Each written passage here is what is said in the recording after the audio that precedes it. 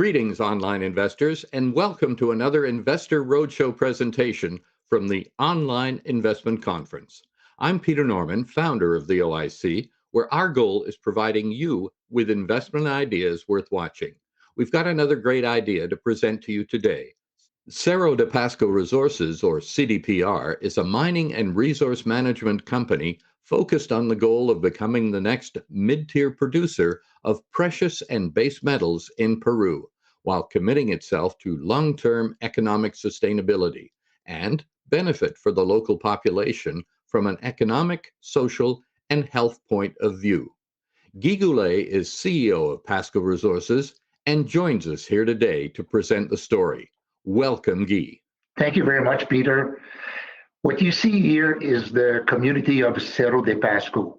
It's 4,400 meters above sea level in the Andes of Peru. 67,000 people live up there. The Spanish came in 1630. They saw that big mass of lead, zinc, copper, gold, and silver, and they started mining that. That mine have never stopped its operation since then, almost 400 years. So this is a city, but it's also a mine. Mr. J.P. Morgan himself has invested in 1906 few tens of millions of dollars, which is the equivalent today of a few $billion. The Americans have sent the best engineers. They send there the best geologists. They send there the best technology. Cerro de Pasco became the school of all the mine in the world. They listed the company on the New York Stock Exchange in 1916. It was called Cerro de Pasco Copper Corporation. They extract from that pit here, over those 400 years, extracted more than 300 million tons of materials. This is a usual forward-looking statement that the regulator asked us to put inside our PowerPoint presentation. So here's that form of the heart. This is a 104 million tons stockpile, which is composed of waste and ore. And what you see here in orange is the white material I showed you previously, which was the processed material, which is now a tailing. All this comes from that pit. So that pit has been shut down. This belonged to a Volcan, which is owned at 80% by Glencore. So they still have those two flotation facilities here that used to do 13,000 tons per day. So in fact, what they were doing, they were extracting every day 20,000 tons from that pit, and they were processing in those two facilities 13,000 tons. So every day, 7,000 tons was stockpiled. So they tried to differentiate the sulfide, what you see in gray here, from the oxide that you see in brown here. They still operate those oxide here at the end of the pit in that oxide plant. In 2019, since the pit is shut down, and since Glencore Volcan still operate those two facilities while reprocessing their low-grade stockpile here, maybe it was the occasion for us to do the acquisition of the whole thing. So we've decided we're going to buy the two flotation facilities, we're going to buy the pit, we're going to buy all the low-grade stockpile, and Glencore Volcan says you should buy in addition the oxide plant here. So at the end of the day, we were to make a deal while we were going to buy those two flotation facilities that we need to reprocess our stockpile and our tailing, but we also had to swallow the oxide plant. So we were to buy those two facilities for $1, assuming some but not all the liabilities, and we had to buy the oxide plant for $140 million US. Why is that? Because they were expected to do $280 million cash flow over the next 7 years. If you discount 240 million, rules of the tons, you discount that 7 years, so you have to pay day number one, 140 million. So finally, I repeat again, we were to buy those two flotation facility for $1 and the oxide plant for 140 million that Glencore and Volcan were to finance us through a stream. What happened in March 2020 when we were just about to sign that transaction? Answer is COVID. We end up at the end of the day not signing the deal. Why is that? Well, no ore coming from the pit, no ore, no money, no stream, no deal. So we end up not making the deal. We have spent 4 months with two geologists, two mining engineers at the mine of Volcan, at their facilities there, where all what was processed historically was recorded. So we took the monthly report from 1906 when Mr. J.P. Morgan made that investment until 1992 when they stopped sending some material in that tailing. And with all those monthly reports, we know precisely what was processed over those years. So you see those 75 million tons at 4% copper, 3.3% lead, 8.6% zinc, I would say 3 ounces silver, 3-gram gold. Imagine they were processing 13,000 tons per day. Was this a mine? This was the cash cow of the country. So we know also from that due diligence we did over a 4-month period what they have recovered precisely. So why the recovery was so low? First of all was 1906. The regions were not what they are today. The technologies were not the same. Grinding was not appropriate. Plus what we realized is that they were doing the flotation over a period of 24 hours. Instead of good flotation, you do generally 48 to 72 hours. Why is that? Well, they were extracting, I told you, from that pit every day 20,000 tons of material. So every morning they had those 20,000 tons of fresh material. So what they were doing, they were changing the batch. Change the batch. Every 24 hours, they were changing the batch. So what we know precisely is very easy. 2 minus 1 equals 1. This, you recover 60%. You end up in your tailing with those values. 1.6% copper, 1.3% lead, 2.2% zinc, I would say 2 ounces silver, 1.2 gram gold. And this all above ground. Let's recall the cost of producing a base metal of a precious metal, 40% of it is mining. There's no mining here. Let's do a little calculation here. If I put the copper, the lead, the zinc, and the gold into silver equivalent, you end up at close to 500 million ounces of silver equivalent. And I would like to let you know that those numbers here, well, they average more than what's the average of all underground mine on the planet. So by the way, those 500 million ounces of silver equivalent is at today's price some $15 to $17 billion worth of metals. I repeat, above ground. So this is the material, the 75 million ton of tailing that we saw previously. So what's next to do now? It's to transform that resource into a 43-101 resource. So we need to perform those 40 holes, analyze them, and do PEA.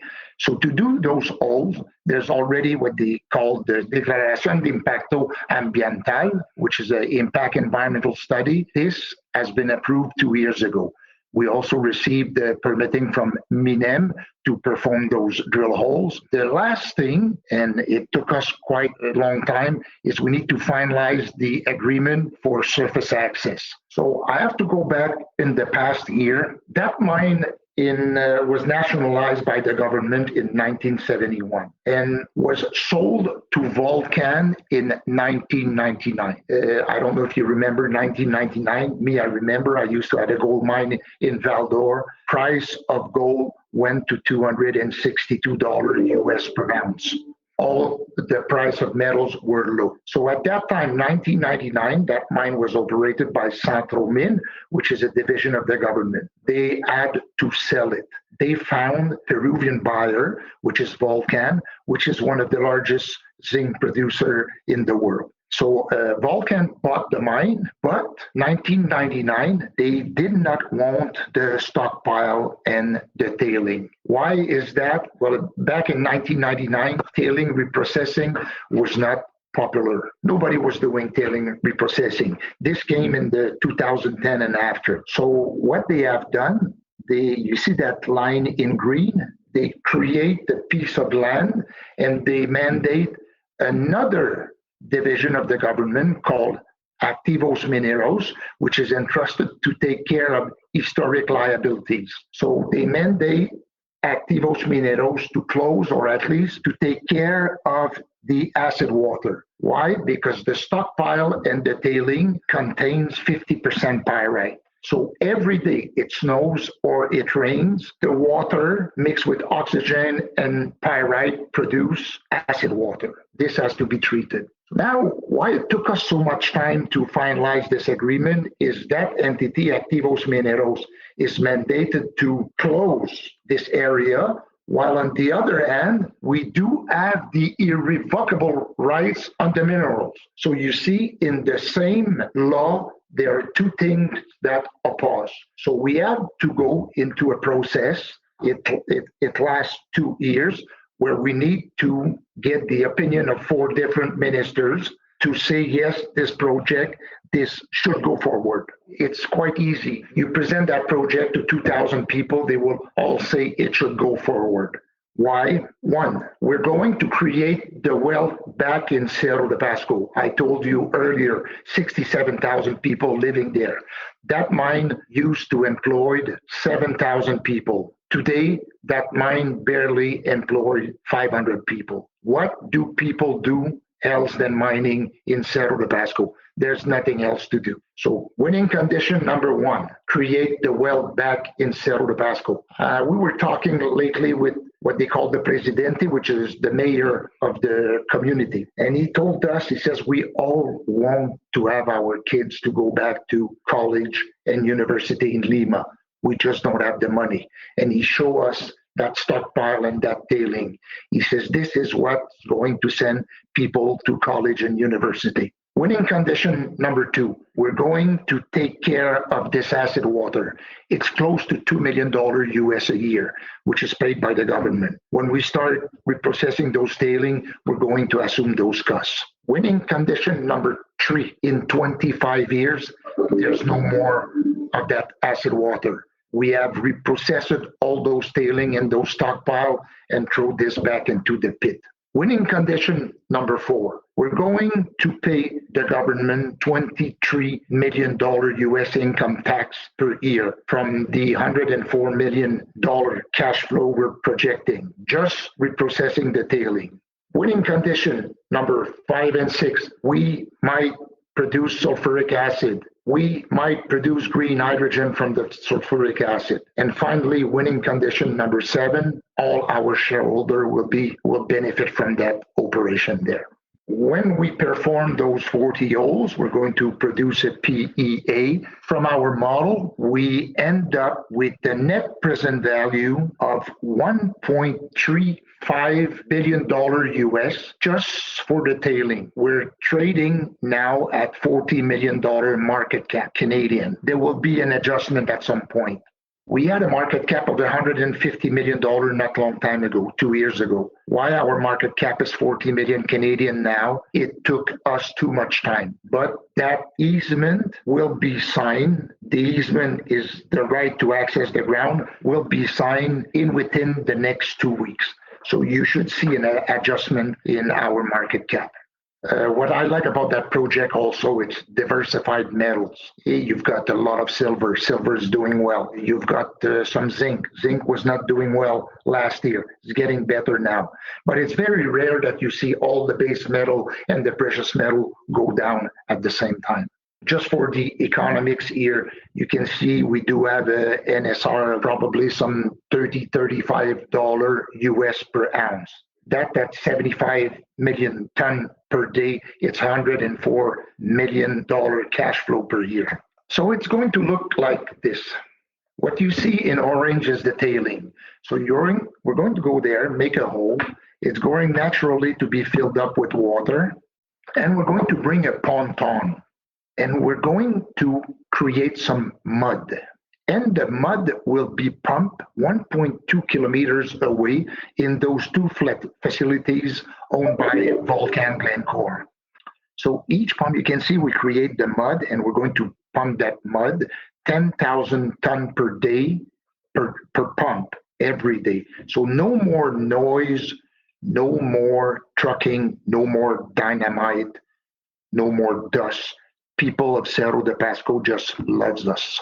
So this is what Cerro de Pasco will look like in 25 years. We do have 345 million shares outstanding, which some 35% is owned by one institution and management. This is us. Guy, outstanding presentation. You really know your stuff and you really know the potential of your company's projects. Now let's delve into a few questions. First question, is the main activity of the company mining or is it reprocessing past tailings?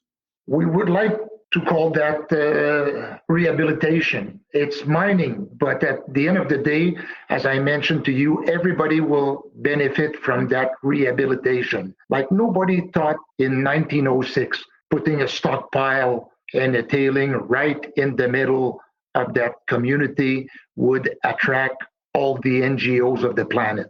We didn't do that mess. It's like 25 years ago, we were still throwing our bag of McDonald's by the window or a can of Coke by the window. We don't do that anymore. Like in 1906, nobody thought it was going to make such a mess. I repeat, we didn't do the mess, but we're going to clean it up. So let's call it, Peter, rehabilitation. Your tagline mentions innovation. What does that refer to? Reprocessing tailing, it's not that easy. And what we want to, and I mentioned that in the winning condition, what we would like to do is try to take that pyrite. Okay, so you got the water and the oxygen mixed with pyrite, end up with sulfate, and well, in fact, it end up with iron oxide and sulfate, plus some moles of H plus hydrogen. So what we might try to do is try to transform by using a roaster, control the temperature, the pressure, and the time of the reaction, and transform the reaction of water, pyrite, and oxygen into iron hydroxide and sulfuric acid. And at the end of the day, we're going to try to do the electrolysis of the sulfuric acid to try to end up with H2, the energy of the future. Have you developed proprietary technologies or processes in your processing business that could be applied to other mining companies? The answer, Peter, is no. We're not doing anything better than the others. What are the economic, social, and political factors impacting your operations in Peru? I mentioned in the winning condition there, one of the conditions was we were creating back the wealth into the community of Cerro de Pasco, like we might create some 3,000 to 4,000 jobs. It's another 2,000 indirect job. The people stay there, they just cannot move. They're seated on a natural geological accident, which is called today a mine, and they have been living from that operation for 400 years. With regards vis-a-vis the government, so government will be so happy, first of all, to get our check every year. Like I mentioned, some $25 million US income tax. In addition to that, it's a big help there. If we take over the acid water and every year we're going to process material, there will be less and less acid water produced. At the end of the day, in 20, 25 years, there's no more acid water. How does Peru compare to the rest of South America in its attitudes towards mining? It's too bad I cannot show you a slide on that. Peru, so rich, so rich. There's this expression in French, we say, c'est pas le Peru. It's not Peru. When you came to a place, it's not rich, we say it's not Peru. Why is Peru? Why we say that? Peru is the second largest silver producer in the world. Peru is the second largest zinc producer in the world. Peru is probably the third largest producer of lead in the world. Peru is the eighth largest producer of gold in the world. Peru, it's rich. Big companies, Canadian companies, Tech, Barrick, American company, Newmont, Chinese, Chinalco, they all go there. It takes a lot of time to get a permit. It's formal. You got to follow a protocol. Like us, it took us 2 years. But the good thing, why all those companies are going there, it's when you get your permit. As long as you pay your taxes, it's a solid permit. You had a market cap of about 40 million right now, and as you identified in your presentation, there's a tailings processing with a potential of $1 billion plus. What's the biggest impediment to success? What's holding you back right now from capitalizing on that value? Well, depending how we're going to reprocess that material, we've got those two facilities in the neighborhood. If we build everything new, it's going to have require a capex of more than $200 million, or we might use those two facilities. Problem we'll have, well, it's always a matter of financing. But I used to talk with somebody at Glencore, and he told me, he says, when you finish that PEA, if you end up with the NPV you projected, there will be lineup of off-takers in front of your office there. So I don't think we'll have a problem with the financing. The next step, we're just trying to get as less dilution as possible. So the next step will be to try to find, I would say, maybe a financial partner to get some debt or quasi-debt. In the meantime, a lot of people talking also, are you going to get the recovery? So all our models, by the way, we do have very, very conservative recovery. So I think there will not be a problem there. And that concludes our question period and our presentation for today. And Guy, before we bring this session to a close, for your final remarks, why not summarize for investors why they should invest in Cerro de Pasco Resources? Why you should invest in Cerro de Pasco? Well, we've got a market cap right now at $40 million versus potentially an NPV at $1.35 billion US, 104 million cash flow per year. You will end up at a way larger market cap. I was co-founder of the Litos Corporation, which was the first company ever in the lithium business. I was co-founder of H2O Innovation, which just been taken over lately for more than $500 million. I was co-founder of Maya Gold and Silver, which ended up to be Aya Gold and Silver, which is a 1.5 billion market cap company. So right now, this one, I've got the team, and I think it's the most ambitious of all the projects I've been involved in. Reason number three, we've got the full support of the government and the community, which is very, very important in Peru. And at the end of the day, we also have all those diversified metals, zinc, gold, silver is doing well, copper always good, and lead. In addition, we have in those tailings, what we never talk about is there's some 100 ppm of gallium, there's indium, there's tellurium, there's celerium. A lot of those metals that were not looked at over the years. So at Cerro de Pasco, we're building on our path and looking for a very bright future ahead. That's why I think you should invest into that company at the moment.